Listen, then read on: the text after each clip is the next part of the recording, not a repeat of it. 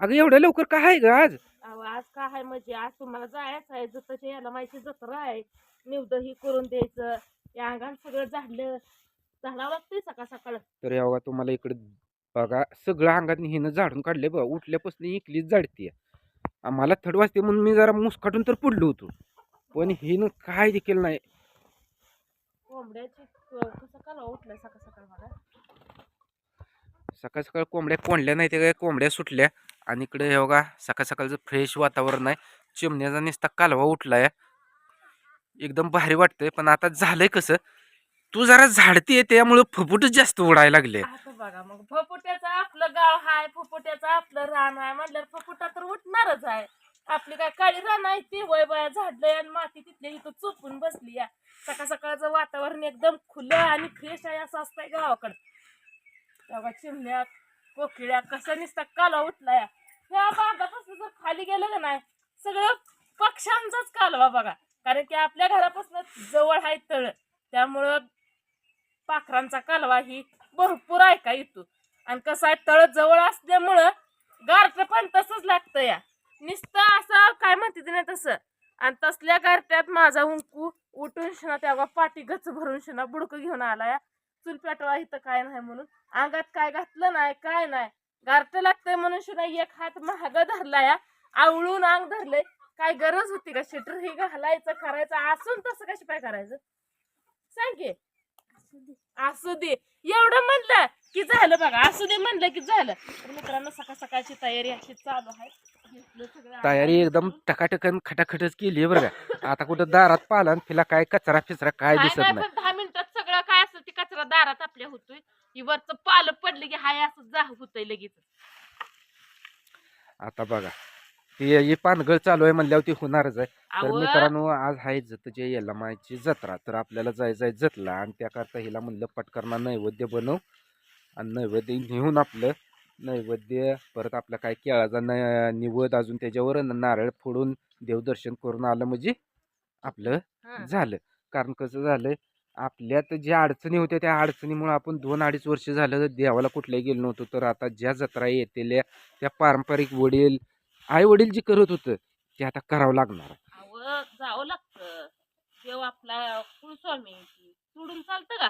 कुळस्वामी सोडून चालत नसतं व जावं लागतं. जी काय करत होती पहिल्यापासून तसं करायचं.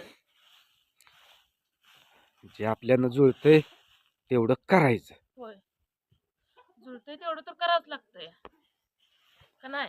कारण सगळंच जसं वडिलांना जुळवतो तसं आपल्याला जुळेल असं काही नाही बरं का. कारण कसं आहे, त्यांची देवावर लय विश्वास आणि कुठल्याही देवाला असू द्या ते कधी कमी पडत नव्हतं. तसं आपला प्रपंच आणि आपलं ही सगळ्या कामातनं आपल्याला किती वेळ भेटतोय आपल्याला कसं कसं घडतंय हे अजून काय आपल्याला माहीत नाही बा. आज तर जत्रेला जायचं म्हणून मी पहाटे उठून ही कामाला सुरुवात केली का. तर नैवेद्य केले तुम्ही इथनं 9 वाजता गेला तर 3-4 वाजेपर्यंत घरी याचाल जत्रा करून. कारण आज अपाट गर्दी असणार आहे आणि गेल्या संग आपल्याला देवाचं दर्शन ही महत्वाचं आहे ह्यांना घडणं. देवाचं याड हाय नाही मला माहित नाही. पण मला देवाचं याड हाय हे माझ्या जीवाला माहित आहे. कारण की जिथं देव नाही तिथं शांतता असेल मला वाटत नाही. जिथं देव आहे तिथं शांतता आहे. म्हणून मित्रांनो जाता नाही आलं तरी चालेल पण मनात भाव पाहिजे. मनातून देवाला हाक मारता आली पाहिजे. आणि तुम्हाला नाही जाता आलं तरी पण तुम्ही बघा मनातनं आपल्या हाक मारा. आपलं मन किती शांत होतंय बघा. तुमच्या संग बोलत बोलत माझं सगळं काय असेल ते अंगान झाडून झालं. आता बघा शानाची झुपी करायची. आताशी कुठली एक गई. आता बघा तिथे गेलं की संधी होती ती कशी म्हणालं शानाची नुसती पाठी उचलली. आता हे नाही सवय पिंडीची. पहाटे कशाही का उचललं ना त्यांना वाटते पेंड आणली त्यामुळं पटापटा उठाय चालू करते ती. त्यांना पण माहित आहे शानाची पाठी कोणची आहे पिंडीची पाठी कोणची आहे. कशी गाय कावरा बिवरा होती बरं का. लागली बघा उठायला आहे का. हे का? अगं त्यांना ओळखू येत नाही ग, फक्त त्यांना पाठी दिसते. ही उठत नाही ते ह्या दमले त्या गायकी. ह्या दमले त्या उठना त्या गवळणी माझ्या. तिला टाकलं खायला आणि न टाकलं तिचं लई हँगाड काम असते. आता ही गाय किती धडपडून उठती बघा. ओंकार जरा वैसे पेंड आणरा कान कशी माग मोर करते त्यो.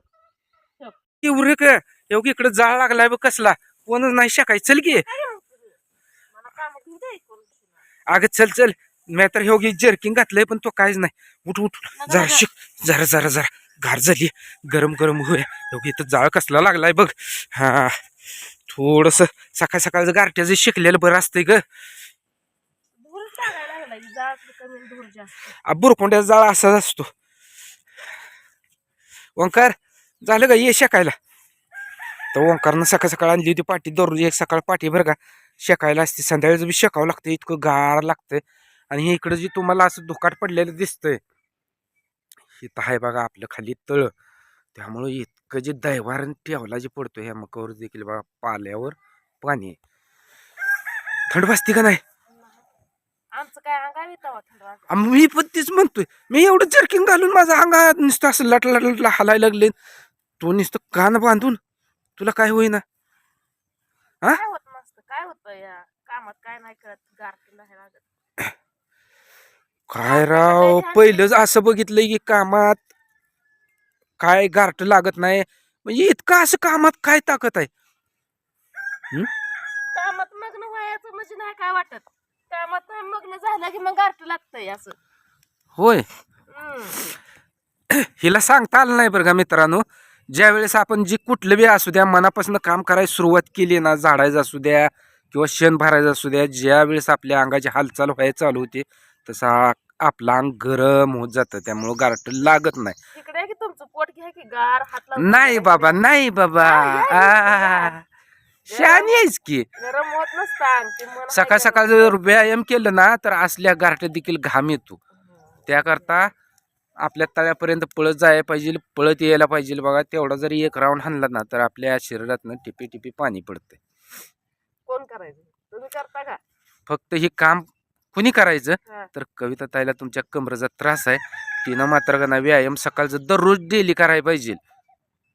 मला ही व्यायाम त्या व्यायामला गेल्यावर माझं ही व्यायाम कोण करायचं तुम्ही करता का? हाय की आम्ही हाय की हाय का? तुम्ही तेवढं व्यायाम करा म्हणजे तुम्हाला जरा त्रास जे आहे ते कमी होईल. बरोबर आहे नाही तर तिकडं व्यायाम करून ये म्हणा आणि आले की इथला व्यायामला भिड म्हणा माझून शाना गाणाला अरे माझा वाघा शहाणा आहे की. तर मित्रांनो आज आपल्याला जायचं आहे जतला जत जय याला मायला आज यात्रा आहे चालू तिथं तर यात्रेला जायचं आहे म्हणून आज सकाळ सकाळचं एवढं म्हणजे सगळं पूर्ण परिसर आहे का नाही झाडून झुडून आपलं लवकर उरकून शाळेला लेकरं जाणार आहे त्यांचा डबा आधी इकडलं नैवेद्य हे करायचं म्हणून हे सगळं आपले नियोजन कविता ताईने तुमच्या केलंय.